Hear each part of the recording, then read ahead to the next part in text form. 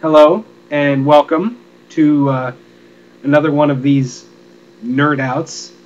First of all, thank you for watching. I haven't really done one of these for a while, probably because they're not really that entertaining and no one really watches them.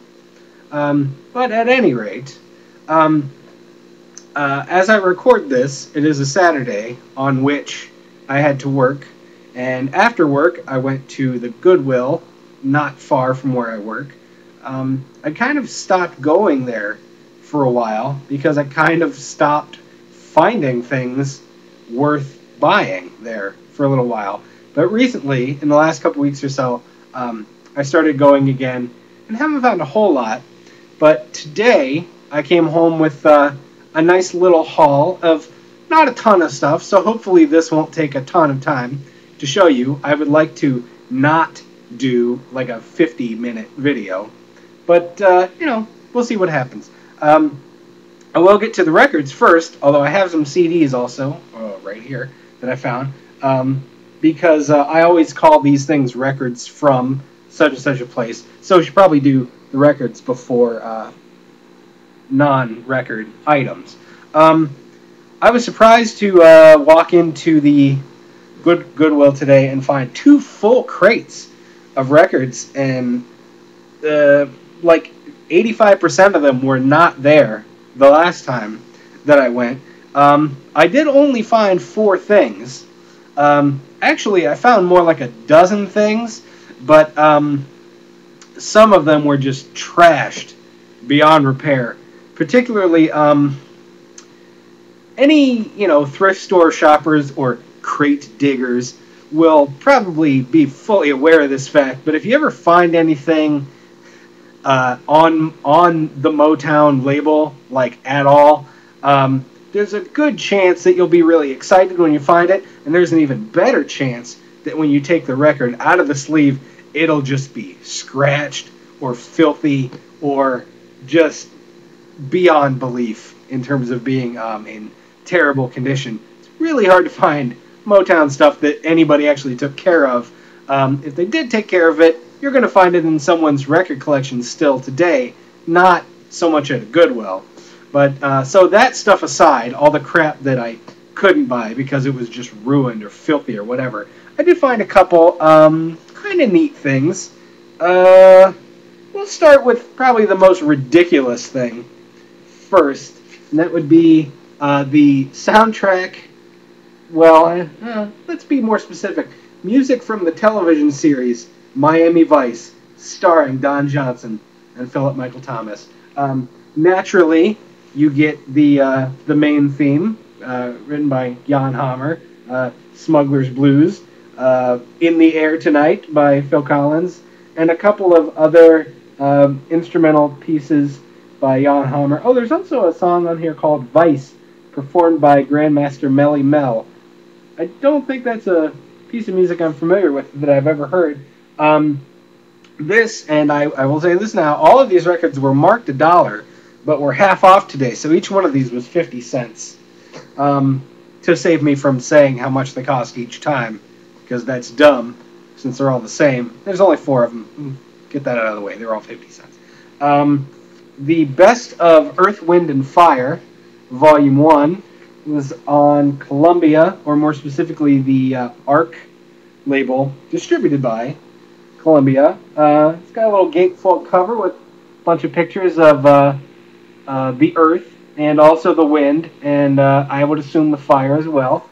The first cut listed on the cover anyway, is their cover of Got to Get You Into My Life, the Beatles song, which was in the horrendous Sgt. Pepper's Lonely Hearts Club Band film, starring Peter Frampton and the Bee Gees.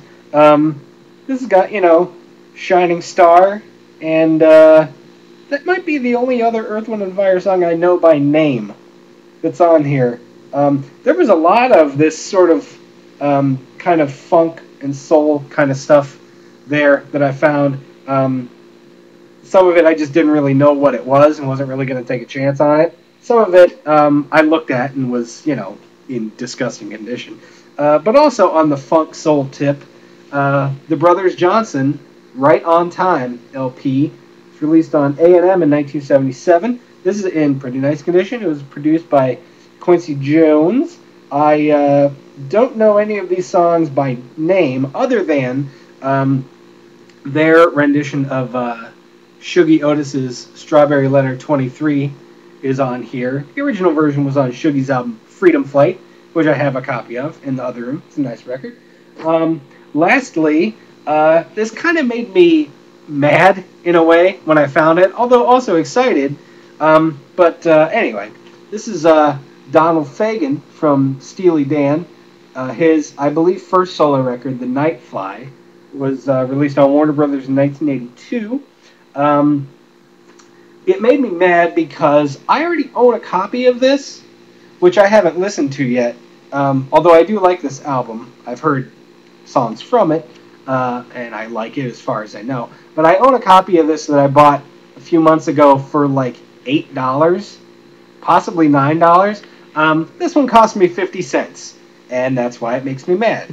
Granted, it's not in as nice of condition as the one I paid $8 or $9 for, although it's in very respectable condition, especially for a 50-cent Goodwill record. But that was that, and so that was good. I noticed on the cover of this, you would never be able to see this on a camera. You can only see it under light, but there's a lot of writing on the cover. Not like writing on the cover, but like someone used this as a hard surface to write on. Like if you took notebook paper and put it on a record and wrote on the paper and left little text indentations on the cover, which is something I did to many of my dad's records when I was a little kid. Use them as a writing desk of sorts. I wish I knew, in a way I wish I knew what was being written on this. It's mostly just a lot of numerals and slashes. I don't know if it was some sort of math homework or something. I really don't know. But so it's a couple of neat records that I found. What I found a bunch more of were CDs, which were all $2 each. No sales on these today. And again, as has been my experience with finding CDs at Goodwill in the past, is I find these and I'm like, where did these come from?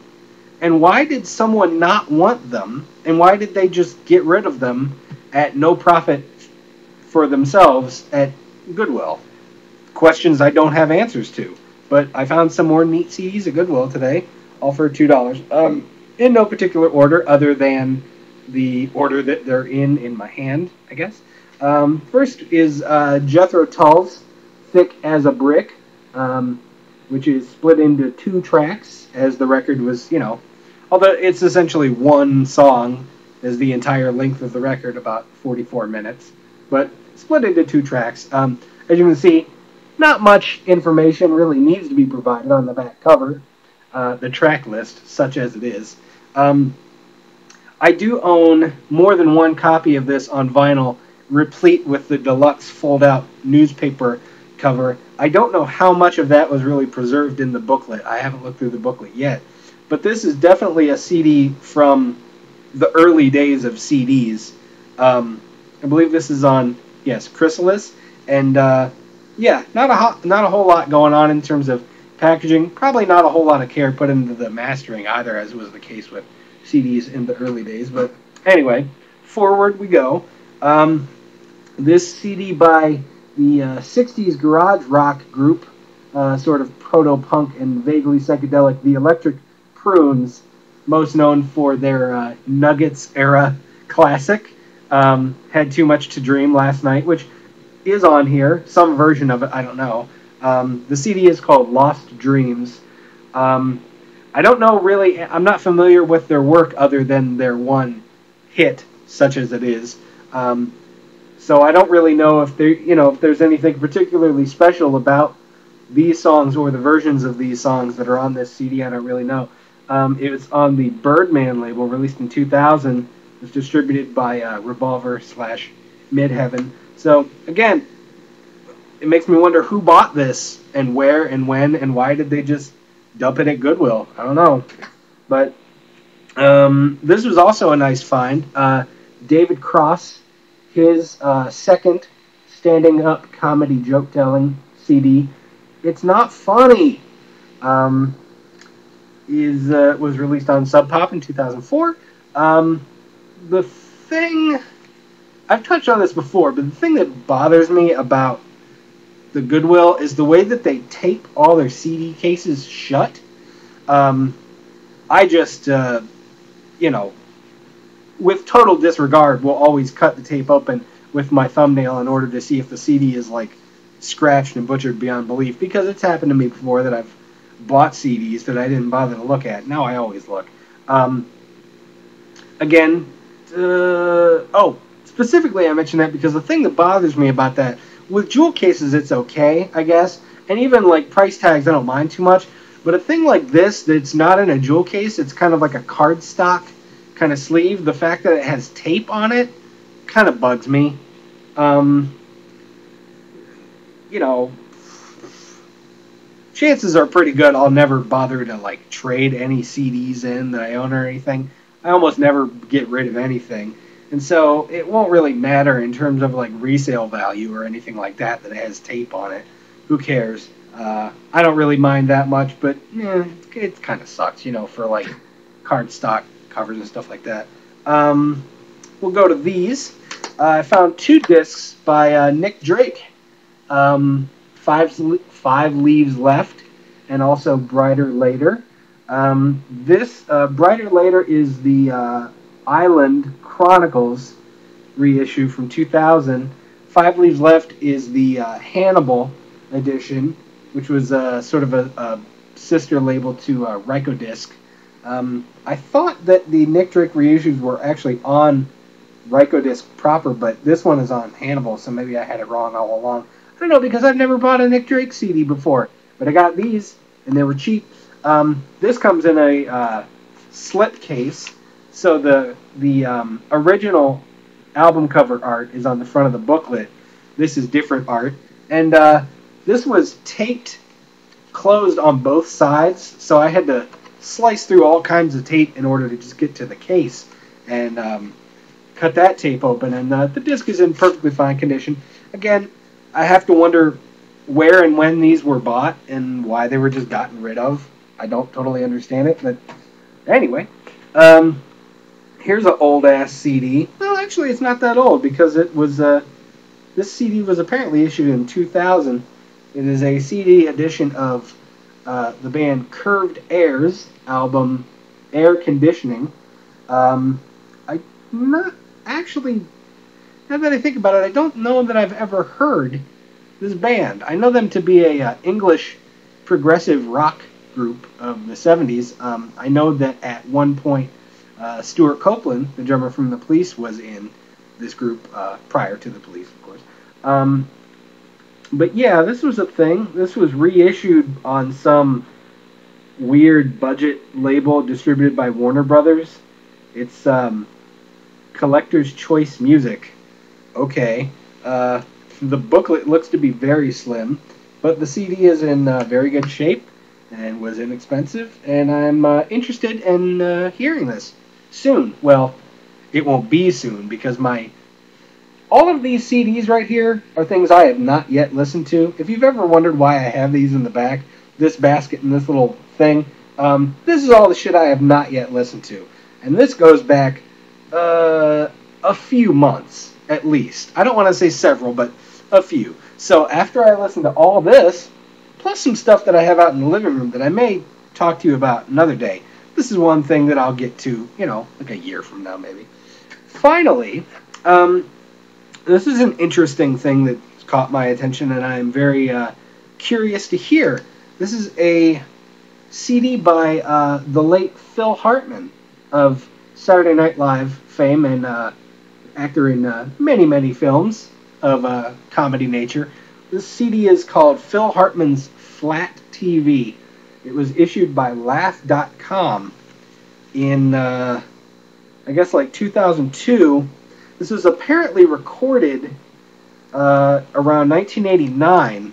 I don't believe that Phil Hartman ever did stand-up comedy, and definitely judging from some of these kind of titles of these pieces on this album, I take it to be kind of a kind of audio sketch comedy, radio comedy sort of thing that was recorded long, long ago, and according to one paragraph of liner notes by Phil's brother John Hartman, was recorded years ago, and these tapes that were comprised of this CD were only discovered, like 20 some years after they were recorded.